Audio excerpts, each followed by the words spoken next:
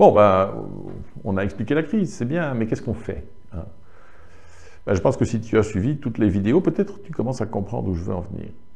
La crise actuelle a pour origine l'émergence d'une nouvelle idée, le progrès, qui elle-même part de la critique de l'ancien monde et de son sacré.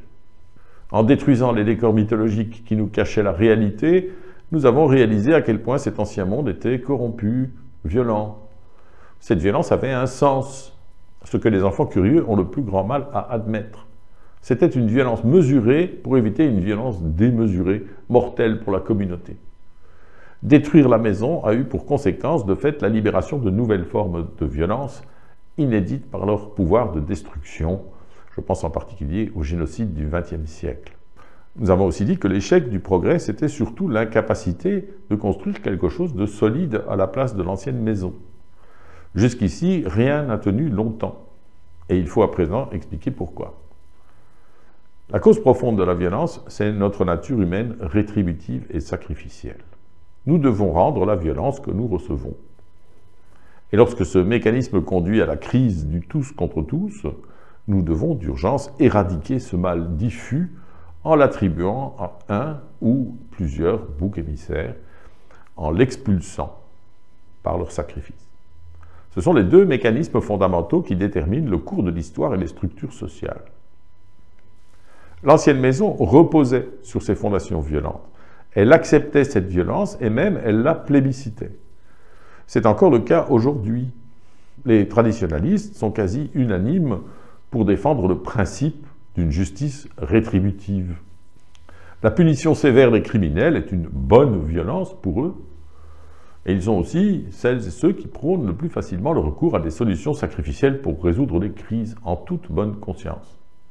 C'est par exemple l'attribution de la responsabilité de tous les maux qui nous frappent aux migrants. L'enfant curieux, lui, a décidé de la déconstruction de l'ancienne maison au prétexte de cette violence. Mais pourquoi n'a-t-il jamais réussi à reconstruire quelque chose de viable à la place?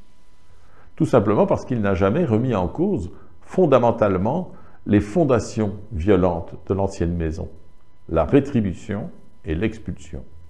L'aveuglement de l'enfant curieux, c'est penser que la violence appartenait aux anciens habitants de la maison et qu'en la détruisant, il se débarrasserait aussi de la violence.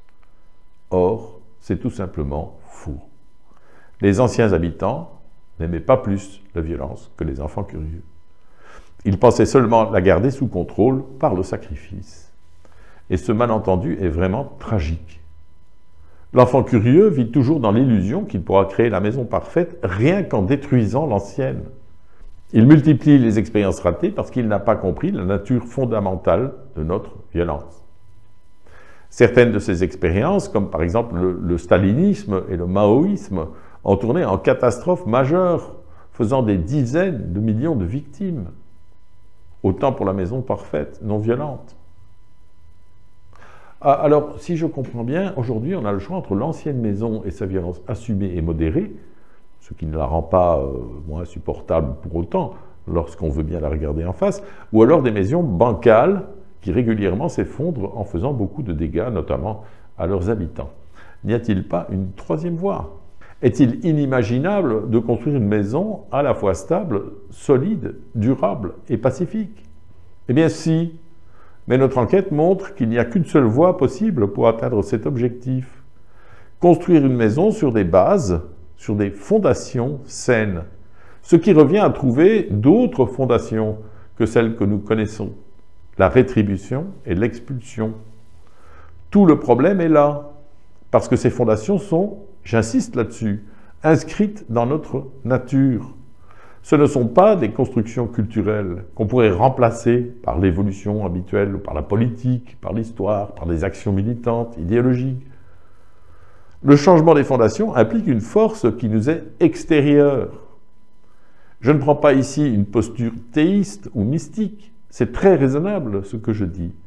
Certaines transformations sont inaccessibles à notre volonté, à notre libre arbitre, parce qu'elles impliquent un changement substantiel de notre nature.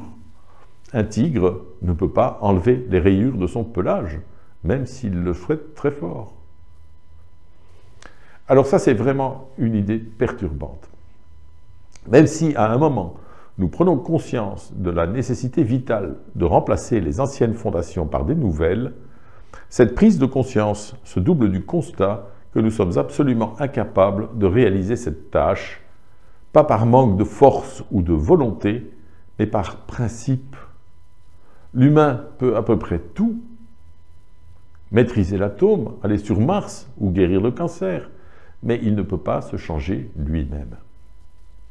Ah, tu me vois venir avec mes gros sabots. Je vais te faire le coup de la foi en Dieu, la créature omnipotente qui seule peut réaliser cette transformation. Eh bien non, je vais aborder le problème autrement.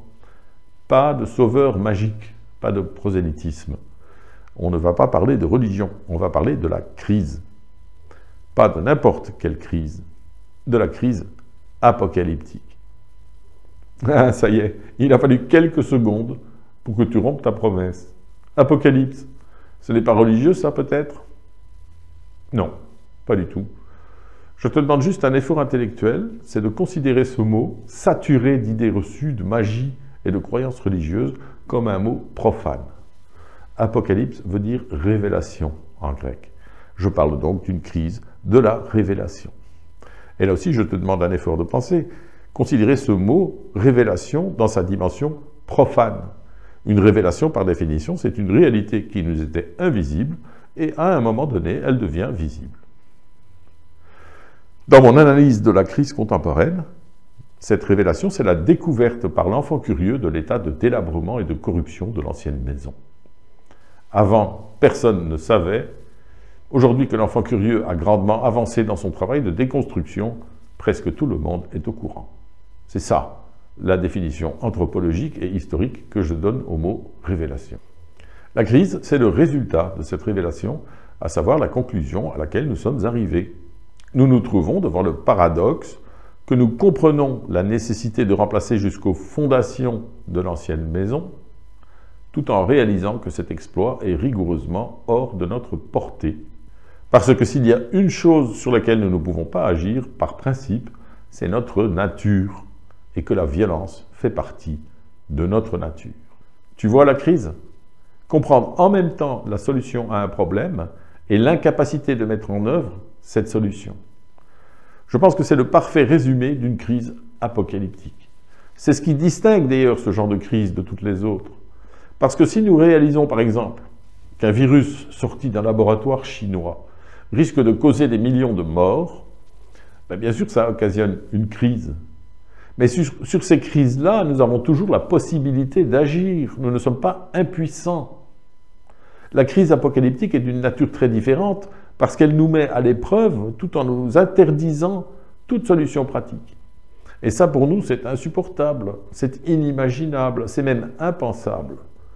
Une crise de cette nature ne peut que nous plonger dans le désespoir, le fatalisme. Elle déclenche le besoin irrépressible d'une résolution magique, irrationnelle, le recours panique au mécanisme sacrificiel. Elle déclenche aussi toute la panoplie des sentiments négatifs, colère, désespoir, terreur. Note que tous ces sentiments existent aussi dans une crise classique. Ils sont programmés en nous et ils ont une fonction, c'est de déclencher une réaction qui nous permet de dépasser la crise et d'en sortir. Alors il succède des sentiments positifs, euphoriques. Mais dans le cas de la crise apocalyptique, il n'y a pas moyen d'en sortir. Nous restons prisonniers des sentiments négatifs qui finissent par nous conduire aux portes de la mort psychique, de la folie. La vie n'a plus aucun sens. L'avenir se confond avec le passé dans un brouillard glacé. D'un point de vue psychique, une telle crise sans issue représente la pire souffrance imaginable. Alors revenons à notre question initiale. C'est la crise. Que faire ? Et la réponse est insupportablement simple. Il n'y a rien à faire.